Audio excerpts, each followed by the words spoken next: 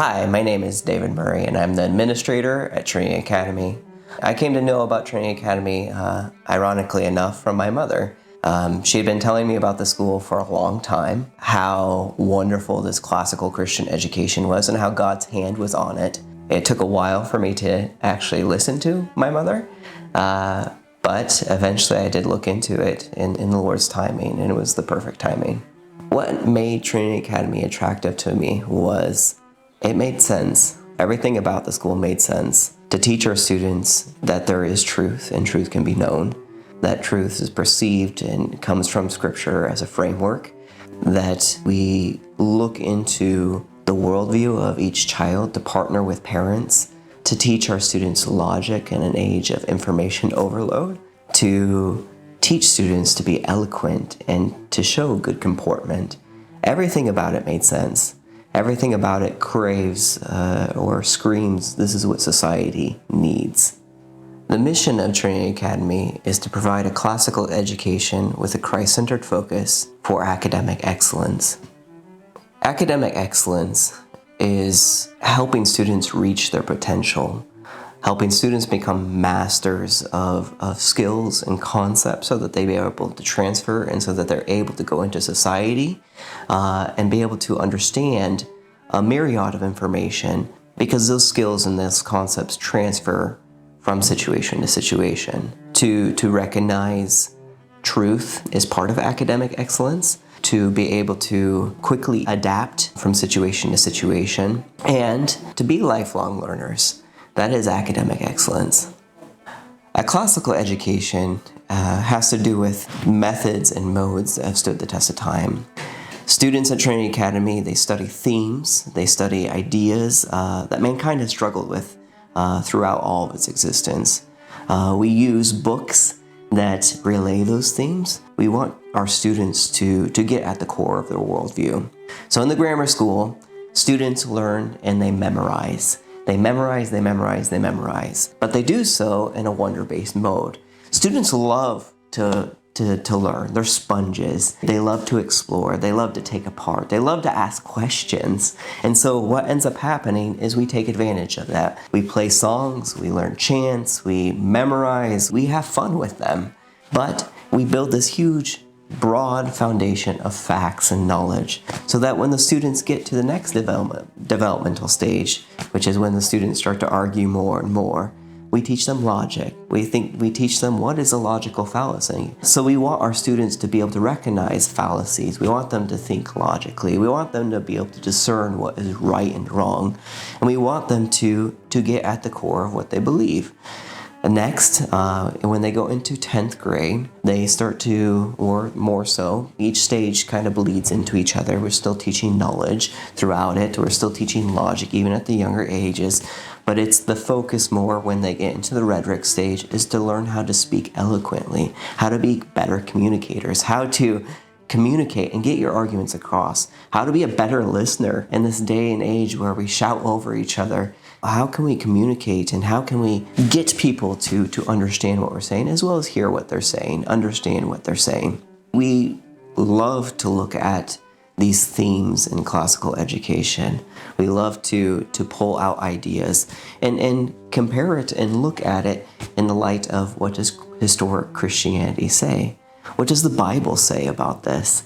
And so classical education and Christ-centered learning, they go hand in hand. They're not two separate ideas, but truth can be known. And that's what Christ-centered education is. Christ-centered education is that truth can be known, that we can know that the world was created to be an ordered world, that when I go outside and I look at Fibonacci's sequence on a flower, that it shows that God has a hand to things. It shows in mathematics, it shows in science, it shows in literature that we all long for this eternality. The nostalgia that we have, the feeling and sense when we look at the clouds and there's a beam of sunshine coming down. It's our longing for eternality. And Christianity answers that question. What is truth? What is truth? And Christ-centered truth. We look back at the Bible. Because it is historic, it makes sense. We have that personal relationship with the Lord, that this world is created to be understood. So Trinity Academy uses a hybrid model. We believe that parents should have a hand in their child's education. The idea that parents should be invested in their child's education and have their hands in it is completely biblical. To look and to explore with your child is something that we all benefit at Trinity from. To relearn these subjects that we learned at one time in 3rd or 4th or 5th or 6th grade, it is a blessing too. To see through the child's eyes, awe and wonder and amazement, it's our most precious thing in the world. Having lived abroad, even in secular schools, I taught at big international schools, watching families that were involved in their child's education, they produced educated children every single time because they were concerned about what their child was learning and how they were learning. When parents just sent their kids to the school, it could go either way. And so that is a distinguishing difference at Trinity. We want to partner with parents. We want to treat them as teachers. We want to be hand in hand, and we want them to inform us how things are going as well. That's one of the benefits of Trinity. I've had many conversations with my son that I probably would not have if he were not at Trinity Academy or a classical school of its nature. Wonder is something that we want to encapsulate here. We want to hone. We want to get students to explore. We want to see students go out and be in awe of God's creation. The beauty of that is that we can come along and see through a child's eyes once again. So some of the assignments that go home, especially in the younger years, is to go outside and find things, find a pine cone, look at it and observe, to take some bark in your hand and look at it, and then take your skin and look at it under a microscope, to go out and catch butterflies and watch the butterfly go through its metamorphosis process.